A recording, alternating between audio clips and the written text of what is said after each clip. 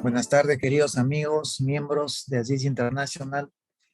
Los saluda Gerber Calderón, CPP, PSI, PSP, Senior Regional Vice President, Grupo 8 de Latinoamérica. Para mí es un gusto estar con ustedes esta tarde y darles la bienvenida. Hoy día hemos querido juntarnos los líderes de la región del Grupo 8, a quien voy a presentar dentro de poco, para conversar un poco de nuestra problemática regional, nuestra problemática de seguridad y algunas buenas prácticas que las vamos a ver. La idea es un poco revisar nuestros procedimientos, nuestros pilares, nuestra misión, nuestros objetivos y eso revertirlo a toda nuestra comunidad. Hemos trabajado arduo estos años para lograr esa comunidad latinoamericana, conjuntamente con el Grupo 7, mi colega Marco Vega, y hemos logrado estar en la atención de Asís International como comunidad LATAM. Y en eso estamos trabajando. Bien, sin más preámbulo, yo quiero iniciar mi presentación hablando primero de algunos documentos que Asís International tiene disponibles en su página web y que a veces no le prestamos atención. Es el Plan Estratégico 2020-2024 que está disponible. Y es importante revisarlo porque a partir de ahí deben salir todos nuestros objetivos y lo debemos replicar en todas nuestras actividades, en todas nuestras reuniones y debe ser revisado en los capítulos. Por supuesto que la visión que Asís International nos remarca es que Asís International es una comunidad que debe ser reconocida en la seguridad, en el contexto de la seguridad de todo el mundo, como es lógico, a través de el promover la excelencia del liderazgo en nuestra profesión. Entonces, la plataforma para lograr el éxito profesional de cada uno de nosotros es seguir las pautas y principios que Asís International muy bien nos expone claramente. Y a través de 4 pilares que los voy a comenzar muy rápidamente, es la aceleración de la transformación digital que está involucrada en todo, como todos sabemos, desde la seguridad física, que ya la seguridad ya dejó de llamarse seguridad física, ahora tiende hacia la seguridad integral, ¿no? Porque la seguridad compete, está en todos los campos de nuestra profesión y de la continuidad del negocio. Y el tema ciber es un tema que tiene que ser desarrollado. Y esto efectivamente ofrece muchas oportunidades y ofrece a CIS International mucho conocimiento al respecto, porque el profesional que no tiene claro el tema ciber es como no tener claro el tema seguridad industrial. Entonces, ahí tenemos que ser integrales y globales en ese sentido. 360, toda la seguridad completa, seguridad industrial, ciber, medio ambiente, todo es lo que protege a nuestra organización y su continuidad. El reconocimiento de la profesión lo vamos a lograr a través de nuestros estándares y las certificaciones, que son de las cuales vamos a hablar en un momento, y son los instrumentos con los cuales vamos a tener el éxito empresarial. Si usemos los recursos de Asís, prácticamente nos lo está diciendo.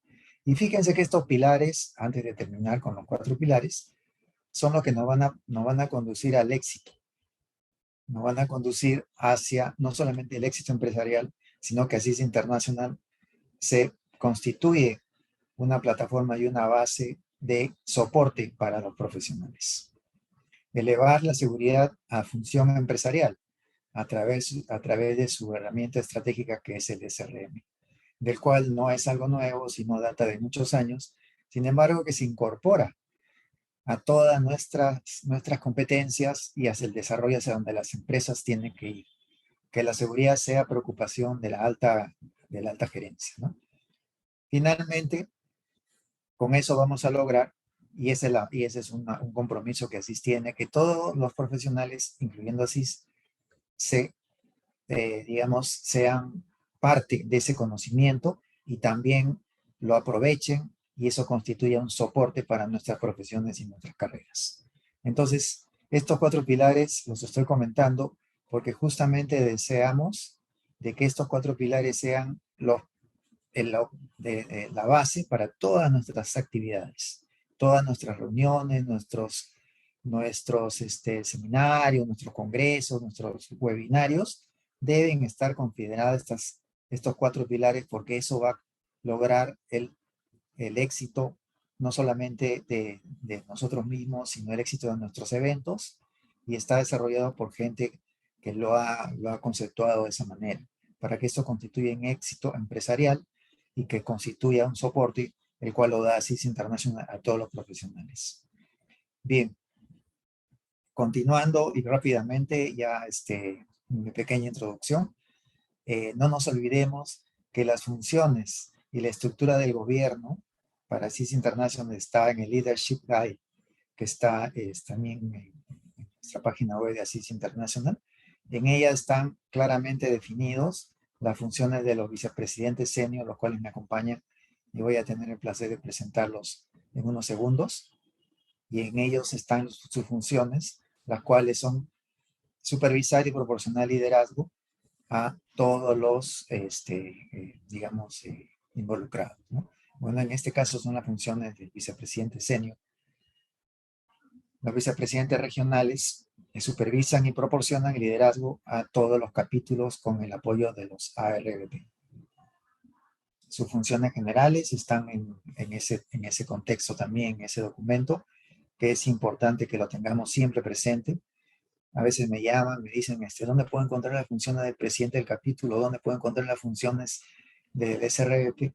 Entonces, los documentos están fácilmente ubicables y eso nos permite trabajar de una manera, con un rumbo, con una trayectoria, con una hoja de ruta adecuada y que cumplamos los objetivos, porque finalmente todo esto está desarrollado en base a los pilares que hemos mencionado al principio. Tenemos también las funciones del vicepresidente regional asistente y para los capítulos tenemos el Chapter Officer Handbook, que está también en la página de CIS International y que está al alcance de todos para poder también revisar las funciones de los miembros y la presidenta de los capítulos. Bien, yo quiero finalizar antes de presentar a los distinguidos colegas que nos están acompañando. Queremos hacer un plan de trabajo y un poco ser consecuente con lo que hemos comentado al principio. Todos los eventos de este año y así sucesivamente los estamos organizando en el contexto regional, ¿no? O sea, todos los eventos, ya no vamos a hacer eventos de capítulos, lo vamos a hacer ahora como grupo 8. Ese es un paso previo para que el próximo año o en los sucesivos meses tengamos ya el evento latinoamericano. Actualmente en el grupo norte, el grupo 7 lo están haciendo igual. Ellos están haciendo sus eventos ya como grupo 7. Algunos eventos de capítulo hay, pero estamos tendiendo a organizarnos para luego los dos grupos ya trabajar como Latinoamérica, como lo hemos venido haciendo, y ustedes son testigos de que hemos dado esos pasos. Entonces, los eventos de los capítulos que antes eran capítulo tal, ahora va a ser evento del grupo 8, donde de los vicepresidentes regionales presentes acá nos van a ayudar para concentrar esa información y que el evento salga como grupo 8. Es más, tenemos, si no me equivoco, mañana ya un evento del grupo 8 que es organizado por la región 8B. Bien, después vamos a alcanzar con la colaboración de mi amigo Alba una hoja de opinión para que nos den ustedes sus opiniones y sus recomendaciones de qué actividades podemos hacer, qué temas podemos tocar, qué conferencistas podemos presentar, ¿no? Para tener una base de datos e ir renovando y ampliando a jóvenes, a nuevos miembros, a damas, que a veces no llegamos a ellos. Entonces queremos hacer una recopilación de información, de datos y de nombres para poder llegar y poder concertar y trabajar en una forma más global, más general, más integral con todos ustedes. Los pilares de los eventos es lo que hemos conversado al principio, los 4 pilares, ¿no? Lograr el CIBER, lograr el reconocimiento de la profesión, las certificaciones, el SRM, y que ASIS International sea una base de consulta y de soporte, como lo viene haciendo para nuestra profesión. A veces no sabemos a dónde recurrir, pero ASIS International tiene un compendio de la seguridad, pero realmente bastante rico. De todas las actividades que hay, tiene un desarrollo, tiene algún estándar o alguna recomendación. Entonces, es una fuente de consulta muy importante. Y eso no lo saben los miembros a veces, ¿no? Entonces, nuestras actividades deben tender a eso, a ofrecerles a los miembros que conozcan de estas actividades, que conozcan de este soporte, que conozcan de estos procedimientos, que conozcan de este conocimiento y accedan a ello. Mucho está en castellano, mucho en español, mucho, claro, bastante en inglés, perdón, y también, pero hay en español. O sea, y nosotros cuanto más participación tengamos, vamos a llegar más a traducir y lograr el aporte latinoamericano en estos procedimientos como se viene dando, ¿no? Nuestras actividades también deben siempre estar nutridas por la presencia de los young professionals, las damas en seguridad, que ellas tienen sus eventos también, pero siempre en los paneles deben haber un young professional, un WIS y los seniors. Las personas que tienen experiencia, las personas que tienen más años, también son una fuente de conocimiento y que siempre deben estar presentes, porque es importante escuchar las dos partes, ¿no? La parte de los young, de los seniors, de las damas, y con eso los miembros se llevan una mejor idea del tema que se está tratando. También queremos trabajar en nutrir las comunidades. Tenemos varias comunidades y tenemos poca presencia latinoamericana. Yo, por ejemplo, estoy en Patrimonio Cultural y vamos a formar un chat para todos los miembros que quieran participar, miembros y preferentemente miembros, y también podemos abrir a los no miembros, para que ellos también nos acompañen con sus membresías y poder lograr una presencia latinoamericana, porque por ejemplo, en Patrimonio Cultural somos 2 latinos y tenemos bastante patrimonio cultural en Latinoamérica. Así que vamos a trabajar este año en estos 4 o 5 puntos y para adelante. Bien, sin más preámbulo, ahora quiero presentar a mis Regional Vice President. En primer término, tengo el gusto de presentar a Tatiana Escatena Valle. Bienvenida, Tatiana, buenas tardes, muchas gracias por acompañarnos. Ella es la Regional Vice President de la región 8A Brasil. Ella ha estado en la industria y está todavía presente en la industria de la seguridad por más de 15 años. Actualmente se encuentra en la empresa 99DD como director de seguridad y protección a cargo de la seguridad de plataforma, respuesta a incidentes, investigaciones, cumplimiento de ley, SOC y seguridad corporativa. Entonces, ¿qué más alcance profesional tiene Tatiana? Es la indicada para, como lo viene haciendo con su liderazgo y con muy buenos resultados, por supuesto. Ella misma lo va a comentar. Ahora ella nos va a hacer una presentación de las buenas prácticas en certificaciones de ASIS International. Nos va a hablar ese proceso que ha manejado Brasil que han sido premiados, ¿no? Y que es digno de imitar. Yo sé que hay otros países que tienen también sus programas, pero podemos hacer un intercambio, podemos hacer un grupo, podemos integrarnos y daría más alcance a los miembros y mejores resultados de repente, ¿no? También quiero presentar a mi querido amigo José Echevarría, CPP. Él es el Regional Vice President de la región 8B, Colombia, Ecuador, Venezuela. Él actualmente trabaja como superintendente de seguridad y transportes en la compañía petrolera privada más grande de Ecuador y ejerce el cargo de vicepresidente regional de ASIS International para la región 8B. Él nos va a hablar del panorama político de Latinoamérica. Bienvenido, José, muchas gracias por acompañarnos, siempre presente con nosotros. Y también está con nosotros Álvaro Orellana Mabray, CPP, él es regional vicepresidente de la región 8C, que son los países Argentina, Bolivia, Chile, Uruguay, Paraguay. Él se viene desempeñando como director of Corporate Security en Didi. Tiene varios años de experiencia en gerencia, cumplimiento de ley, prevención de pérdidas, fuertes habilidades analíticas de resolución de problemas y de negociación desarrolladas durante la vida profesional. Experto en gestión de riesgos con un profundo conocimiento de las operaciones comerciales y técnicas de mitigación. Él nos va a hablar del panorama de la seguridad en Latinoamérica. Bienvenido, Álvaro, muchas gracias por acompañarnos. Muy buenas tardes a todos. Y sin más preámbulo, le cedo la palabra a Tati para que nos dé su alcance con respecto a las buenas prácticas en certificaciones. Gracias, Herbert, por su introducción. Buenas tardes a todos. Voy a compartir aquí en mi pantalla. A ver.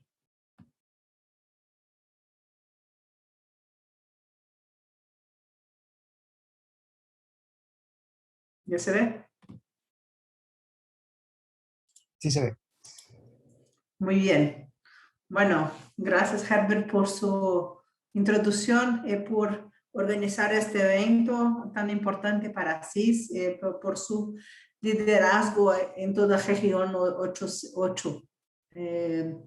Bueno, empezamos. Voy a hablar un poquito hoy sobre lo que hemos hecho acá en Brasil, en la región 8A, que tiene 2 capítulos, grandes capítulos que son de São Paulo, de Río de Janeiro, y un grupo de voluntarios de ASIS que lo montó todo este programa. Y está ahí con nosotros José Massa, que fue el mentor intelectual de todo esto y que puso el equipo junto a trabajar y que pudo traer todo esto que voy a presentar a ustedes hoy día. Bueno, empezando, ¿qué exactamente hicimos? ¿Para qué sirve el programa de apoyo a las certificaciones que fue lanzado el año de 2021?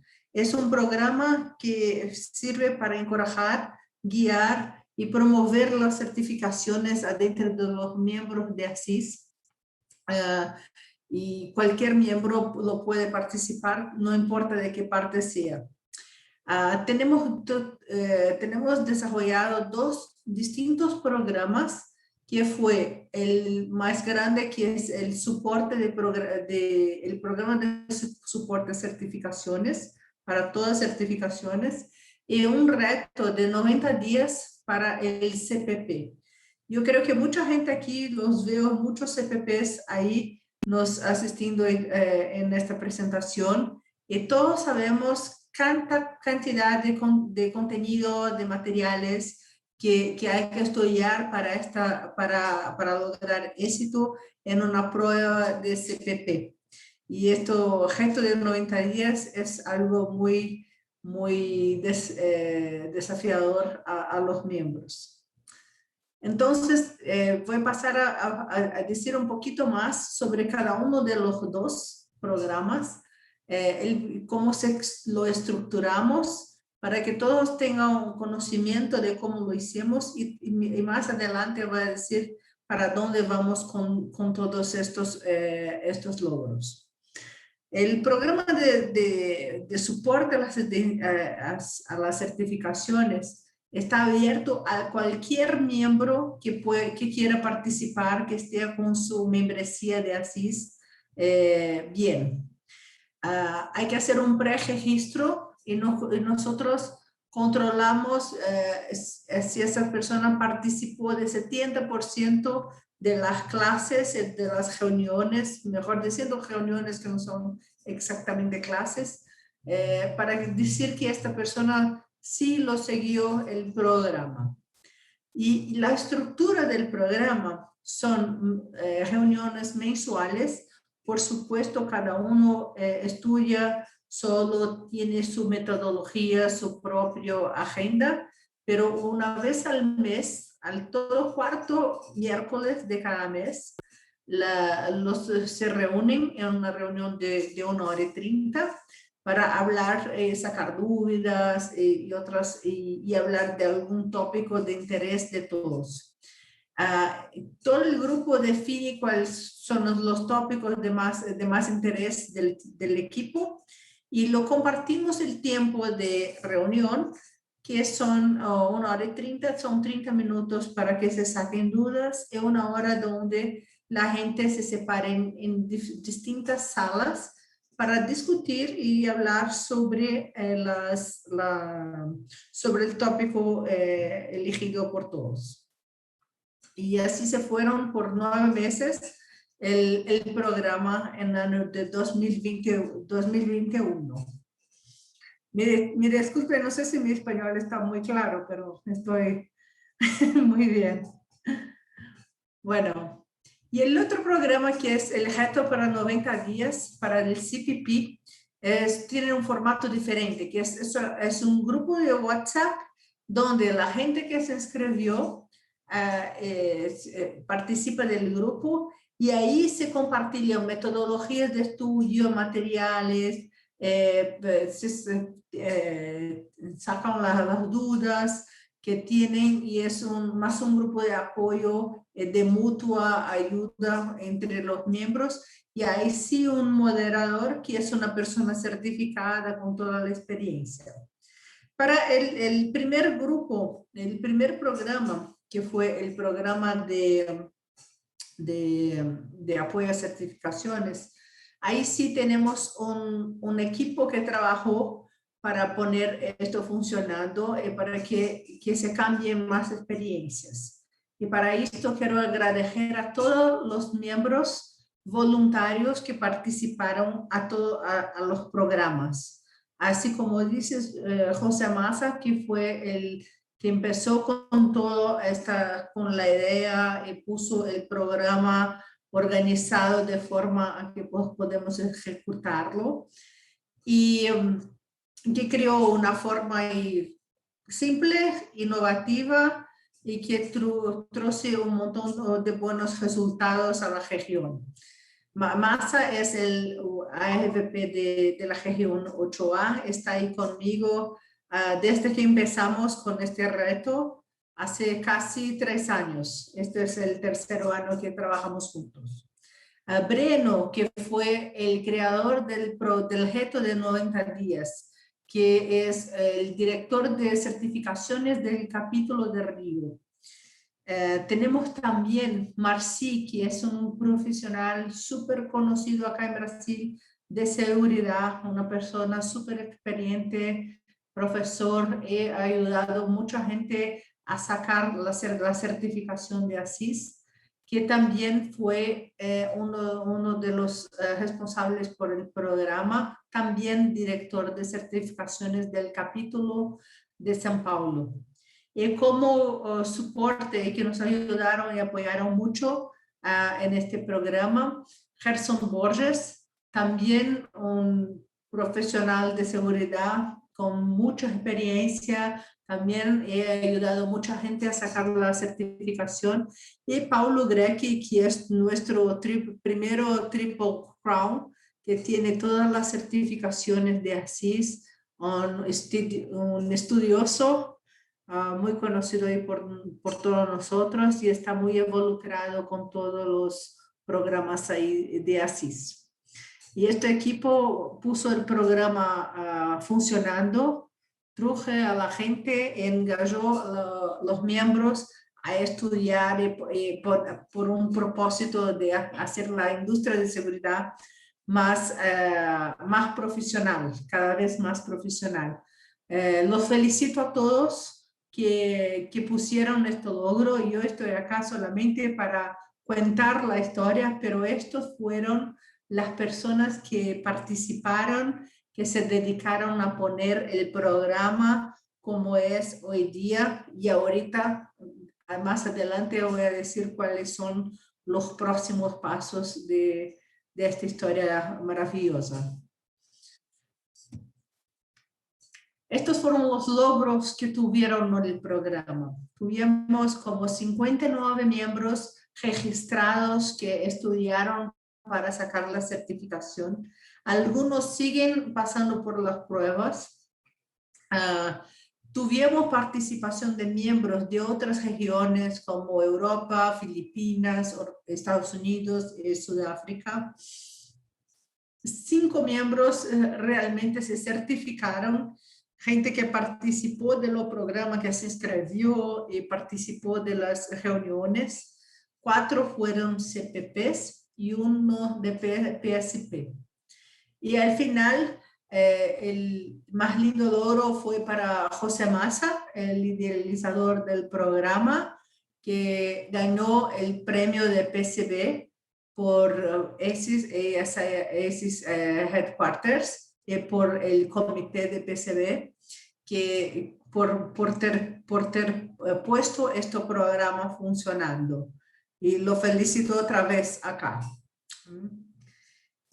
Y ahorita, ¿para dónde vamos? ¿Para dónde miramos el programa? Porque esto es un súper legado para toda la industria de seguridad. Que se organicen de una forma gratuita, que agregue valor a los miembros, como programas que se organicen que no nos cuesta nada, solamente tiempo, dedicación, comprometimiento de los voluntarios, para poner el programa funcionando, ¿no? Para 2022 tenemos el objetivo de internacionalizar el programa. Ya estamos en contacto ahí con un par de países que luego vamos a divulgar por toda la región, pasando conocimiento, cómo lo hicimos, cambiando experiencias para que puedan poner esto funcionando en otros países. Acá en Brasil estamos por lanzar el soporte o el programa de soporte de certificaciones, segunda etapa, 2, no sé, pero es lo mismo, que vamos a hacer otro grupo este año para que más gente se pueda certificar. El reto de 90 días decidimos cambiar por 120 días como feedback de la gente que participó, como mejoría del que pasó el año pasado, y un grupo dedicado a un reto de PSP. También se estudia algo para el APP, para la gente que está empezando en la industria, porque creo que hace mucho sentido que también lo motivamos a la gente que está llegando, empezando su carrera en seguridad y todo esto. Bueno, no sé si tienen preguntas. Yo creo que no vamos a abrir el tiempo para preguntas del micrófono, pero si alguien quiere preguntar o comentar algo de mi presentación, yo y José Massa estamos 100% disponibles a ayudar y apoyar a otros países, otras regiones con el lanzamiento de programas. Y también en el chat estaremos acá por el resto de la presentación de los colegas y podemos ya responder algunas cosas. Muchas gracias, Muchas Tatiana. gracias. Gracias a ti. Te felicito realmente, a mi amigo Massa también. Y si este año ha sido un éxito, el próximo año, si el año pasado ha sido un éxito, este año debe ser más. Y así seguimos escalando en esta carrera en la que estamos emprendiendo todos. José, por favor, adelante, la sala es tuya. Déjame salir de acá. Gracias, Herbert. Déjame revisar mi pantalla para poder compartirla. Un segundo. A ver. Aquí estamos. Bueno, un gusto con todos los colegas. Muy buenas tardes. Me place pues ver a todos los amigos que se han congregado el día de hoy para escuchar un poco lo que vamos a hablar. Entrando ya en materia, pues, y haciendo quizás con el permiso de mi amigo y colega Álvaro, quiero hacer una radiografía general de lo que pasa en Latinoamérica, ¿no? Porque los riesgos políticos de los cuales voy a hablar están de alguna manera ligados con los riesgos económicos y esto todo termina en inseguridad o riesgos de seguridad, que es lo que se va a hablar al final. Creo que Latinoamérica tiene mucho impacto. Como ustedes ven, la violencia en general en el mundo está incrementándose. No hablamos solo de violencia doméstica, hablamos ahora de violencia en el trabajo, violencia en los estadios. Unas noticias salieron hace apenas una semana. Es un tema que realmente está interrumpiendo mucho e impacta a nuestra región. El COVID y todo lo que ha pasado a través de es una cobija que ha generado mucha crisis, no solo crisis en el área de salud, sino crisis también en la parte económica, que es la que estamos viviendo ahora. Esto ha complicado mucho la interacción en los diferentes países. Tenemos también problemas de cambio climático, que quizás sequías muy agresivas, tenemos inundaciones, tenemos muchos temas ahí también que han complicado en general a los países. Hablamos también de delincuencia organizada, que me imagino nuestro colega, amigo Álvaro va a comentarnos. Tenemos una migración bastante fuerte acá en la región. Todos estos eventos han generado pobreza en general. Entonces, ¿en qué convoca? ¿En qué tenemos como producto? La inseguridad y tenemos ingobernabilidad de alguna manera, que es lo que voy a tratar un poco yo. A esto debemos sumarle lo que hoy por hoy está pasando. Tenemos ya el día de hoy creo que un mes de que la guerra entre Rusia y nuestros amigos, bueno, ya en el sector de Asia y Ucrania están generando esto. Si bien es cierto, habrá países que serán afectados directamente, pues nosotros seremos quizás afectados indirectamente. De hecho, nosotros, Sudamérica tiene muchos commodities, ¿no? Con los cuales materia prima que se exporta, pero nuestras economías de alguna manera son dependientes del crecimiento del comercio global. Entonces, si por allá se estanca en Europa, Medio Oriente, Asia, quizás nosotros también podremos ser afectados. Entonces, ¿qué termina esto como fruto? Vamos a tener, sin lugar a dudas, este 2022 y quizás el año siguiente, mucha incertidumbre y por ende incremento en cuanto a los riesgos. Quiero compartirles un estudio interesante del Centro de Estudios Internacionales del Riesgo Político, justamente en Latinoamérica para este año 2022.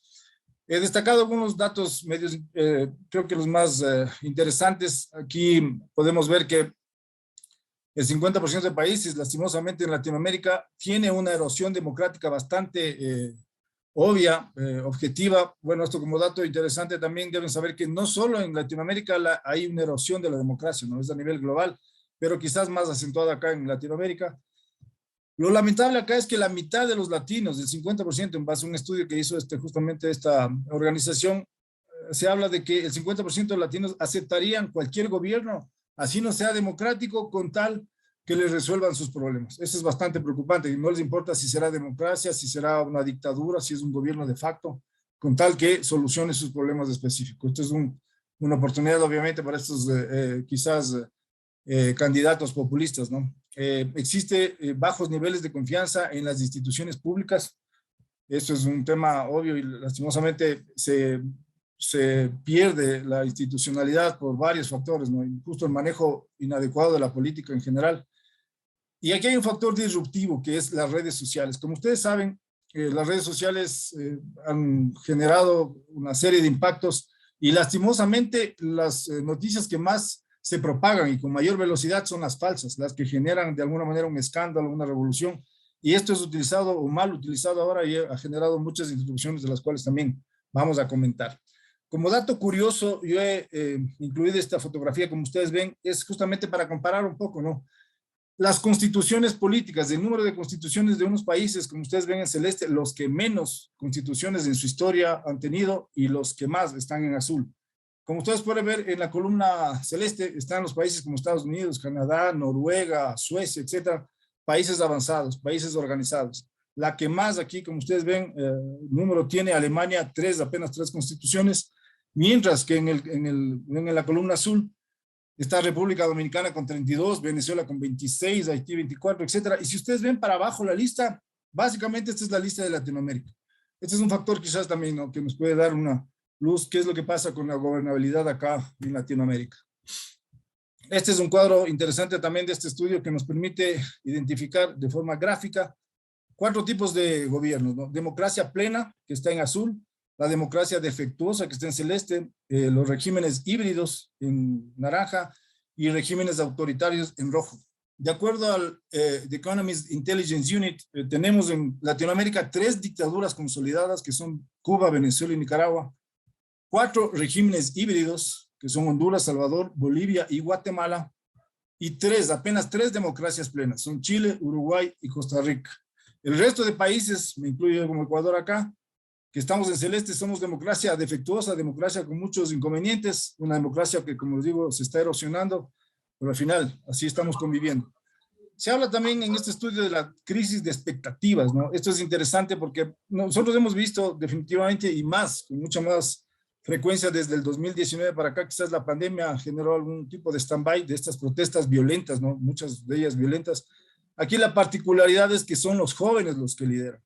Se ha identificado aquí que lastimosamente mientras el joven que tiene muchas expectativas, tiene mucha información por medio justamente de las redes sociales y la capacidad de acceso al internet, lastimosamente en este escenario los gobiernos no han podido adaptarse a este cambio, ¿no? Es un cambio social y cultural. Hay mucha demanda de los ciudadanos y lastimosamente mientras el ciudadano en general, nuestra sociedad, ya vive estamos ahorita en la época de la digitalización, estamos generando ya esa transferencia hacia lo digital. Lastimosamente los gobiernos siguen en el siglo XX. Ciudadanía en el siglo XXI, gobiernos en el siglo XX, hay una brecha bastante notoria y que lastimosamente ha generado todo este tipo de conflictos.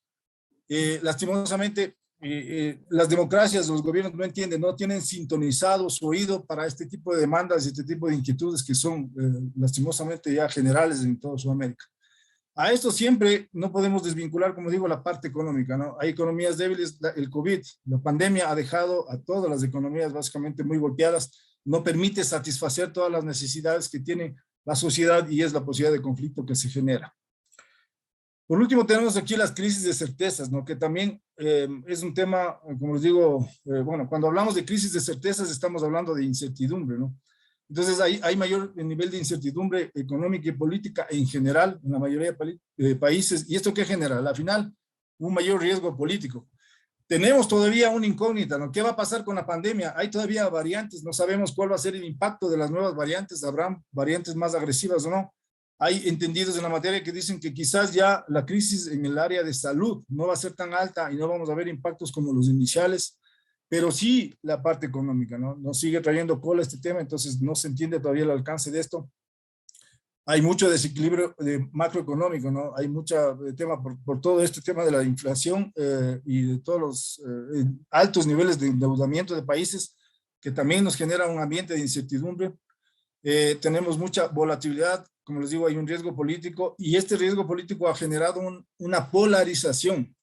Hay ahorita lastimosamente división entre las sociedades de muchos países de Latinoamérica donde dicen los buenos son el pueblo, los malos, los que tienen dinero.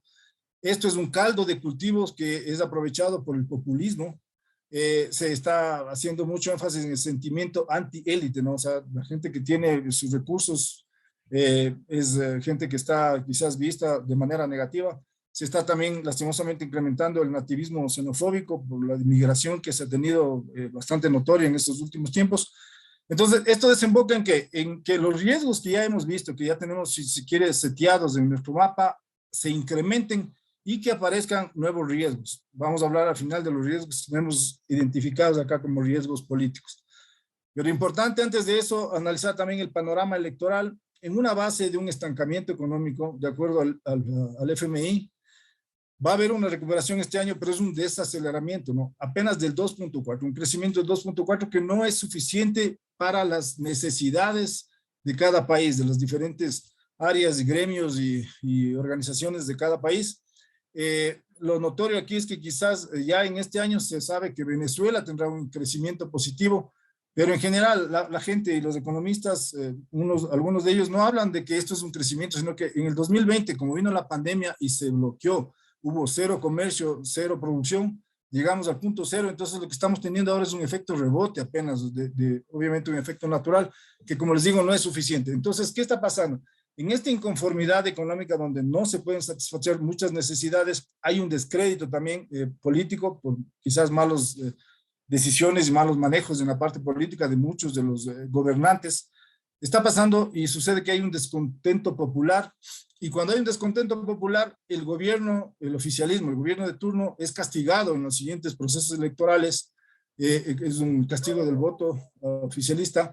¿Y qué existe ahí? Lastimosamente, la oportunidad, como digo, para que muchos de los pobladores y ciudadanos se dejen tentar por esos cantos de sirena populistas, ¿no?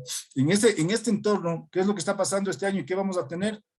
Vamos a tener 3 procesos electorales, ¿no?, importantes en 3 países de Latinoamérica. Lastimosamente, en 2 de ellos se observa y se tiene una percepción de una derecha, de un capitalismo desgastado. Entonces ahí tiene mucho más potencial el socialismo, y aquí me preocupa a mí de carácter particular, porque cuando se habla algo de socialismo, se piensa que todas estas organizaciones sociales, muchas de ellas radicales, creen tener patente de corso para seguir reclamando y para exigir por la fuerza que se solucionen sus necesidades y derechos particulares. Ese es un problema. Hay mucha conflictividad social en Latinoamérica que está generando mucha interrupción y problemas.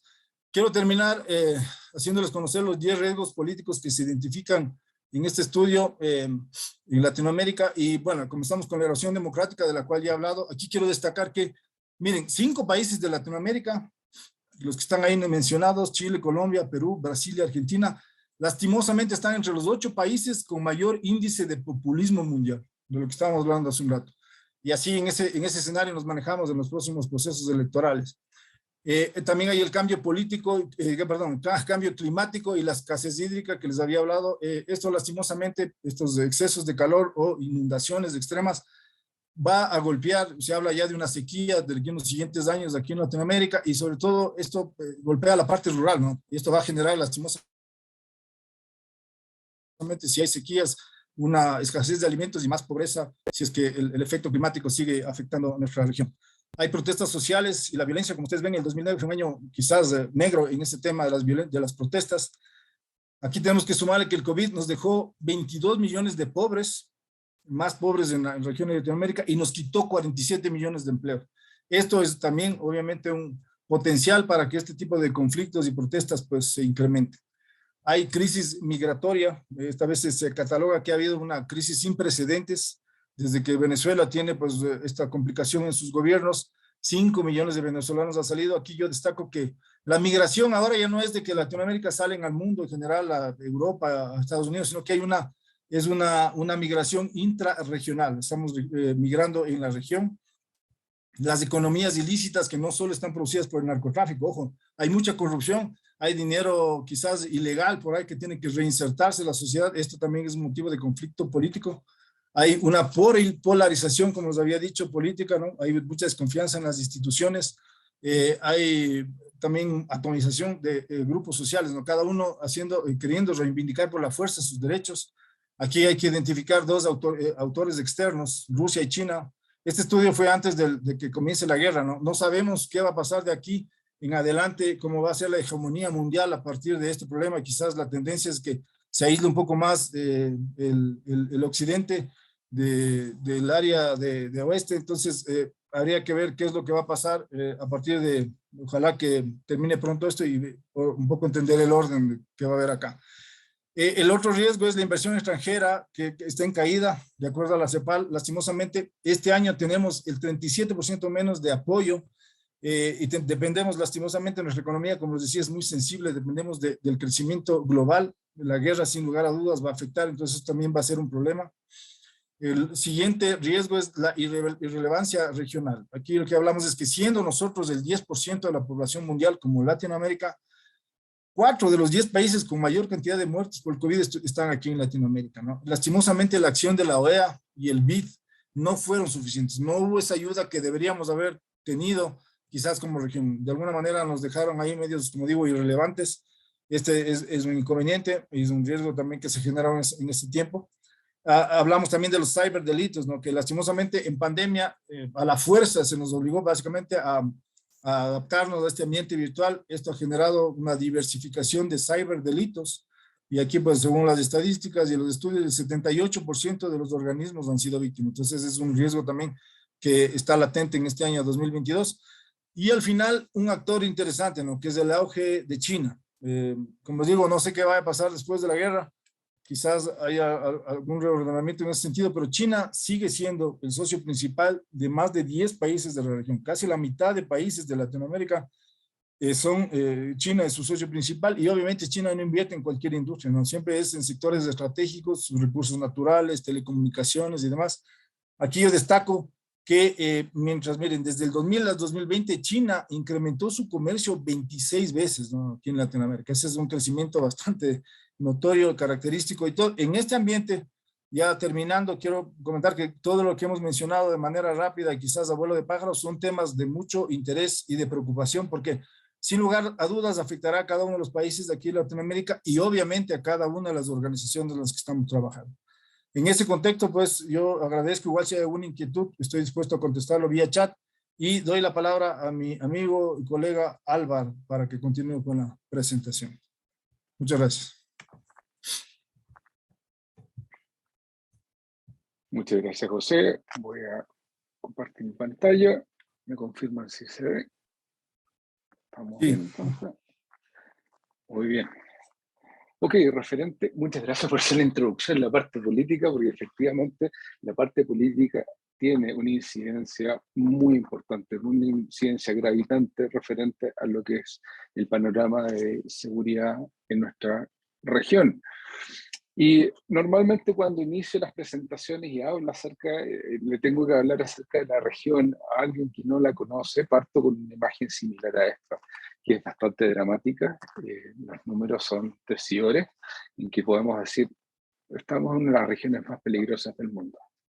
A pesar de que no estamos en una situación de guerra como Ucrania con Rusia o en Afganistán, que acaba de salir de una guerra bien compleja con Estados Unidos y sigue con situaciones bien caóticas, bien complejas con el Talibán. Bueno, sí, estamos viviendo en una región extremadamente peligrosa y eso no es novedad para ninguno de los que estamos participando de este foro. Sin embargo, es bueno ponerlo en perspectiva, sin embargo, es bueno poner esta imagen para que tengamos siempre la data ante nuestros ojos y podamos ser capaces de hacer un análisis concreto. Normalmente cuando estamos hablando de índices de delitos o cuando queremos medir un país referente a tipos de delitos, usamos el índice de los homicidios. Bueno, ¿cómo se está comportando el país en cuanto a homicidios? Déjenme mover esto acá porque aparece quiénes están entrando y me estaba complicando. Ok, bueno, aparece el índice de homicidio.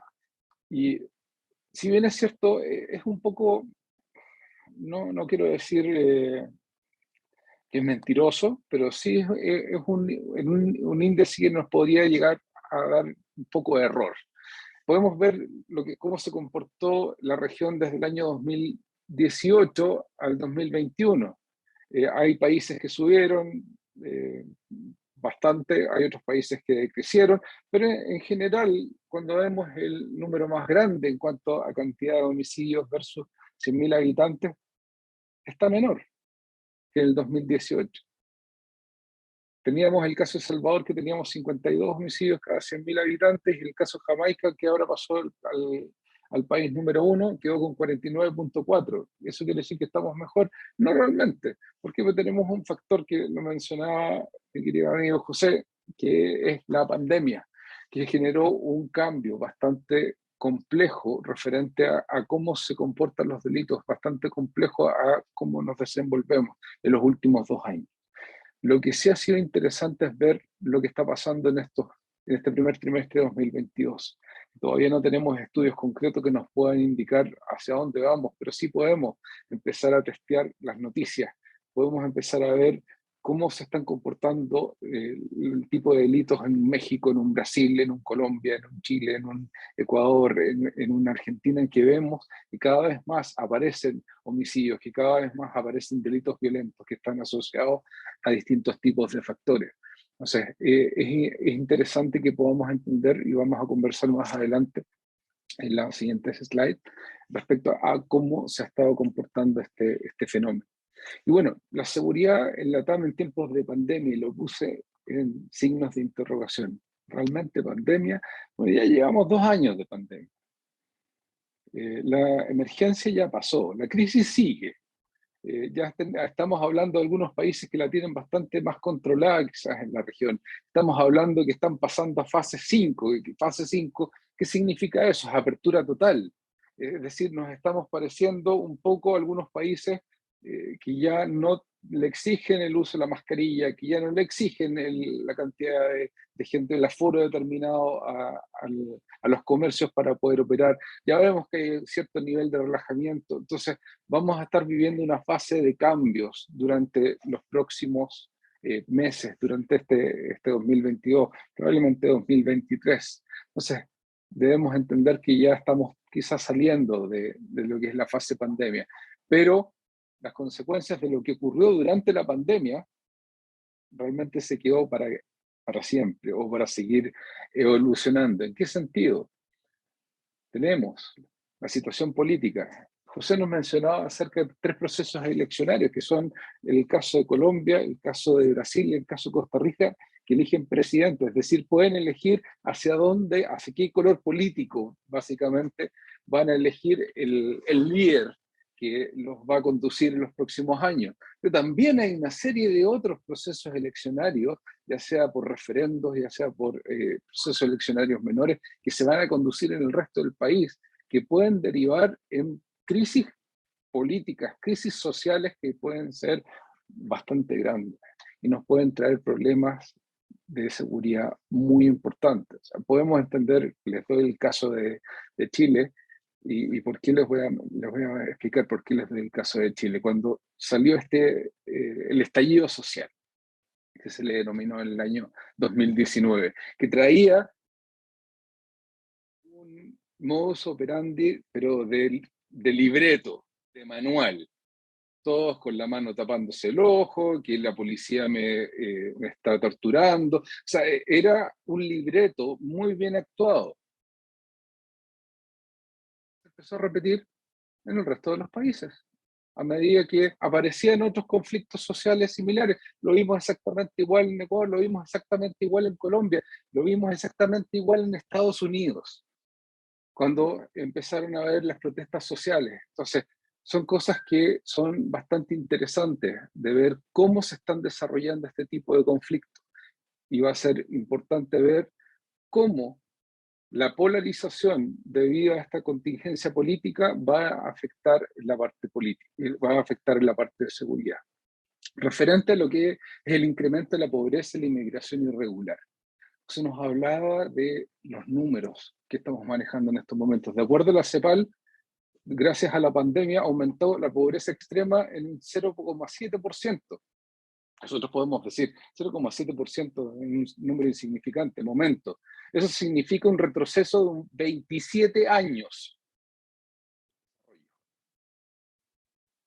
27 años de desarrollo.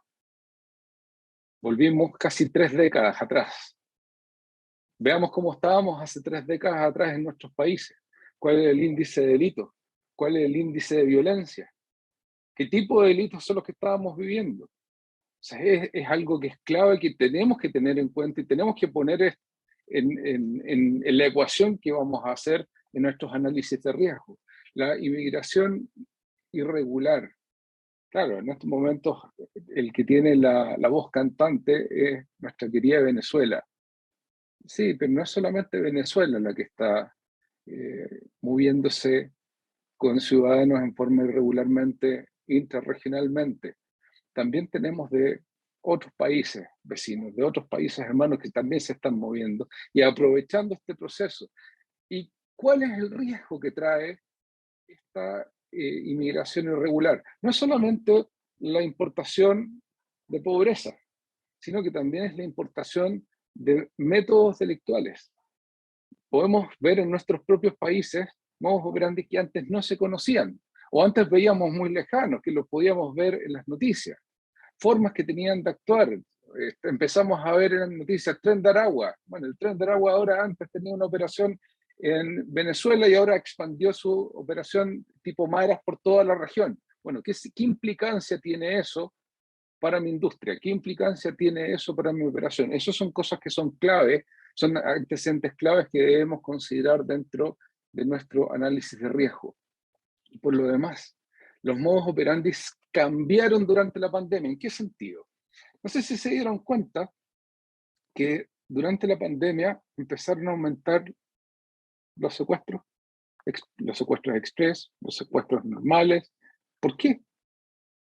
Los carteles pequeños, que no tenían la capacidad logística, no tenían las espaldas para poder empezar a mover sus cargas, para poder empezar a hacer las operaciones ilícitas que normalmente hacían debido a las restricciones normales de pandemia, tuvieron que volver a sus viejas prácticas, tuvieron que volver a utilizar prácticas que les generasen flujo de caja. Entonces, esas son cosas que el crimen organizado, al igual que cualquier empresa en que nosotros trabajamos, que nosotros conocemos, necesita ir adaptándose a la realidad o si no se desaparece. Y esas son cosas que nosotros tenemos que ir considerando. Va a ir mutando, va a ir cambiando, va a ir quizás manteniéndose eso, además de las otras organizaciones ilícitas que se vayan generando. Nosotros conocemos muy bien de que el crimen organizado no solamente mueve dinero ilícito, sino que también permea el resto de la sociedad civil, permea a los gobiernos. La corrupción en nuestra región es uno de los peores cánceres que tenemos, porque eso es lo que les permite poder consolidarse. Si nos damos cuenta, en varios sectores de nuestra región, el crimen organizado es un poder más del Estado. No sé si han escuchado hablar de ese concepto. Me tocó leerlo dentro de un estudio, que el crimen organizado es un poder más del Estado. ¿Cómo así? Cuando los dejan operar, cuando les asignan territorio y el Estado no se mete en ese sector, no ingresa a las policías, no ingresa a las Fuerzas Armadas, no ingresa a la justicia, es un poder más del Estado. Y eso es parte de los factores que vamos a tener que encontrarnos y vamos a tener que lidiar dentro de los próximos meses y los próximos años. Lindo dolor de cabeza, ¿no? Pero bueno, eso también trae oportunidades de trabajo. Parte de los riesgos con los que vamos a tener que estar lidiando, que son los continuos y los de siempre, los riesgos naturales. En nuestra región eso es una constante, ceteris paribus, eso no lo vamos a poder cambiar nunca. Los riesgos de la vulnerabilidad y la falta de capacidad. Podemos ver que de acuerdo al informe de la CEPAL, gran parte de nuestros países de la región están en alto riesgo de poder caer en una crisis humanitaria. Crisis humanitaria igual aumento del crimen, aumento de la violencia, aumento de los delitos. Además de eso, también podemos considerar lo siguiente. Y aquí tenemos la oportunidad, la linda oportunidad que estamos en una industria en que no vamos a estar nunca sin una oportunidad de trabajo, porque siempre van a haber oportunidades de poder hacer algo. El costo del crimen. Un estudio que se realizó en el año 2014, que fue publicado, pueden buscar ahí en la parte de abajo de la diapositiva, encuentran el link, posteriormente me lo pueden preguntar, se los puedo compartir sin ningún problema. Habla acerca de cuánto le cuesta a nuestra región el crimen organizado, cuánto le cuesta la violencia a nuestra región. Y estamos hablando que en promedio le cuesta un 3.55 del PIB. 3.55 del Producto Interno Bruto de la región. Para una región que está creciendo, para una región que esperábamos que Amazon llegase y nos sorprendió con un Meli y que está creciendo a todas luces, consolidándose en la región y avanzando de forma maravillosa. Bueno, eso representa nuevos riesgos, representa nuevas oportunidades para que tanto el crimen organizado como para que nosotros tengamos que desarrollar nuevas medidas de mitigación. O sea, va a ser extremadamente desafiante lo que viene dentro de estos próximos meses y los próximos años. Va a ser extremadamente desafiante y nos va a exigir certificarnos, va a exigir que podamos profesionalizarnos, aprender más, poder entender cómo se está comportando la región, entender hacia dónde van, cómo se están desarrollando los riesgos, porque ya no estamos hablando de un riesgo de Chile, no estamos hablando del riesgo de Venezuela, no estamos hablando del riesgo de Panamá, no estamos hablando del riesgo de México, estamos hablando de riesgos regionales, estamos hablando de riesgos globales. Efectivamente, la globalización en cuanto a modos grandes, la globalización en cuanto a riesgos, nos pegan, pero exactamente por igual. Entonces, es clave dentro de nuestra función que seamos capaces de entender cómo se están comportando estos riesgos. Es clave que podamos entender cómo mitigarlos. Es clave que de esa forma también podamos ir al negocio, que podamos ir a la industria en la que estamos trabajando y podamos presentarles los planes que le permitan dar continuidad de negocio. Bueno, eso era muy breve lo que teníamos en cuanto tiempo para poder exponer lo que podemos avanzar por ahora. Les doy las gracias tanto a Herbert como a mis colegas por la oportunidad de poder conversar con ustedes y quedamos a su disposición para lo que puedan necesitar, cualquier pregunta que necesiten a su disposición. Y les voy a compartir por el chat un link de un formulario para que también nos puedan dar su feedback, tal como lo manifestó Herbert al inicio de la sesión. Muchas gracias, Álvaro. Excelente tu ponencia, muy buena información. Yo voy a ser el primero en pedírtela. Bueno, el tiempo ha concluido y antes de finalizar este evento, que hemos querido ser respetuosos con la hora y darles un mensaje claro de trabajo en conjunto, sinergia, equipo, utilizar lo existente y que CIS nos lo proporciona en forma gratuita. Quiero finalizar este evento con unas palabras finales de cada uno de las autoridades y los líderes acá presentes. Tati, por favor, un mensaje para los miembros. Adelante.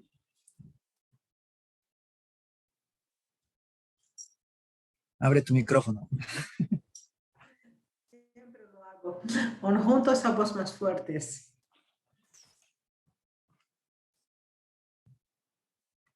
Es solo una frasecita que tenemos que... No, tal vez no te comprendí bien, Herbert, discúlpame. No, queríamos que nos des un mensaje final a los miembros. Unas palabras finales. Bueno, sí, discúlpame que me comprendí mal. Bueno, al final de todo, gracias a todos por estar acá, ¿no? Yo creo que este tipo de evento nos fortalece cada vez más y es un placer siempre estar compartiendo buenas experiencias y buenas cosas que hacemos por toda parte en ASIS con este grupo de voluntarios. Entonces, y mantener el propósito primordial de ASIS, que es tener una industria de seguridad muy profesional. Así es. Gracias, Tati. José, tu palabra de despedida y un mensaje a los miembros. Gracias, mi estimado Herbert. Bueno, creo que lo que acabamos de ver, información interesante de Álvaro, Tatiana, yo creo que todo conjuga porque, como hemos hablado, los riesgos que pueden afectar a la región, bueno, afectan a cualquier país. De hecho, debemos estar informados de ellos. Es una buena oportunidad para refrescar lo que está pasando.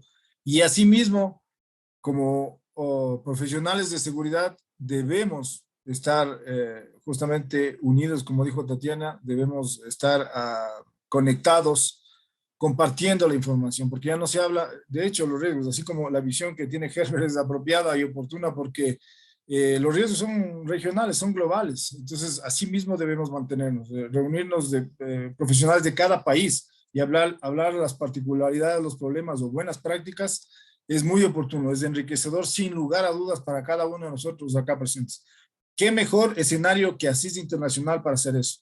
Así es que ustedes como líderes, como miembros de ASIS, les invito por favor a que socialicen, transmitan esta intención. Nosotros como líderes de la región queremos que esto se maneje como un bloque, porque esto va a ser mucho más fortalecedor para todos y para cada individuo en general. Les invitamos a que sean parte activa de este proyecto. Álvaro ya compartió un link donde queremos que ustedes nos ayuden con algunas ideas y alguna feedback, como dice él. Y pues seguir trabajando juntos, porque creo que vamos a sacar muchos buenos resultados de esto. Nada más de mi parte, un abrazo desde acá de Ecuador y continuamos ahí, pues este 2022 muy productivo. Gracias. Gracias, José. Gracias por tus palabras. Álvaro, tu mensaje y despedida. Gracias, Herbert. Bueno, primero que todo, muchas gracias por la oportunidad de servir y gracias por la oportunidad de poder estar en este panel con tan grandes profesionales como Tatiana, como José. Efectivamente estoy convencido y comprometido por trabajar por una sola región. Me pareció haberte escuchado, Herbert, que ya superamos en cuanto al número de miembros a Europa, según lo que Sí. me habías confirmado. Sería muy lindo poder ver a Latinoamérica consolidada dentro de ASIS International, ya formando parte del grupo de directores dentro de la organización, pero no solamente eso, sino que efectivamente toda compañía, todo profesional que trabaje en ASIS International vea a nuestra organización como un referente y vea la oportunidad de formar parte de esta organización junto con nosotros, como la oportunidad de seguir creciendo profesional y personalmente. Así que muchas gracias también a todos ustedes por acompañarnos el día de hoy. Gracias, Álvaro. Gracias, Tati. Gracias, José. Gracias, Álvaro, nuevamente por su liderazgo, su apoyo, su trabajo, su integración, su sinergia, etcétera, etcétera, etcétera. Y su desarrollo profesional también, porque sé que son unos íconos ustedes en sus labores. Y amigos, no quiero quitarles más tiempo, solamente recordarles y decirles que pues efectivamente somos la comunidad de Latinoamérica que ASIS International nos tiene en la mira. Ya nos ha prestado atención y nos ofrece muchas cosas. Hemos superado Europa y tenemos este paso intermedio que lo estamos dando como grupos, pero ya en unos meses vamos a hacer Latinoamérica en general. Así que para ello consolidemos nuestro trabajo en equipo, consolidemos nuestro trabajo en este caso por grupos. Nuestros eventos tienen que ser regionales, tienden a ser latinos como debe ser. Trabajemos en nuestros objetivos, en los pilares de ASIS International que hemos conversado, y eso nos va a dar muchos resultados, no solamente institucional, sino en lo personal. Trabajemos y fortalezcamos las comunidades, necesitamos más presencia de los miembros en las comunidades, en los comités, en el PCB, en el estándar, faltan más latinos, faltan el español ahí, y por eso nos falta también material en español, porque no estamos participando demasiado. Yo creo que este año tiene que ser el año del despegue. Integremos a los Young Professionals, a la WIS, y también a los senior, los profesionales que tienen ya ciertos años, como mi caso. Podemos aportar todavía mucho más nuestra experiencia.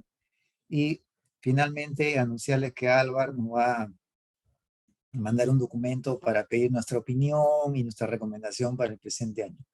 Muchas gracias por su tiempo, muchas gracias por su apoyo, muchas gracias por su compañía, por su participación, y por favor apóyennos en nuestros objetivos. Buenas tardes y un fuerte abrazo a todos. Gracias. Gracias. Buenas tardes para todos. Fuerte abrazo.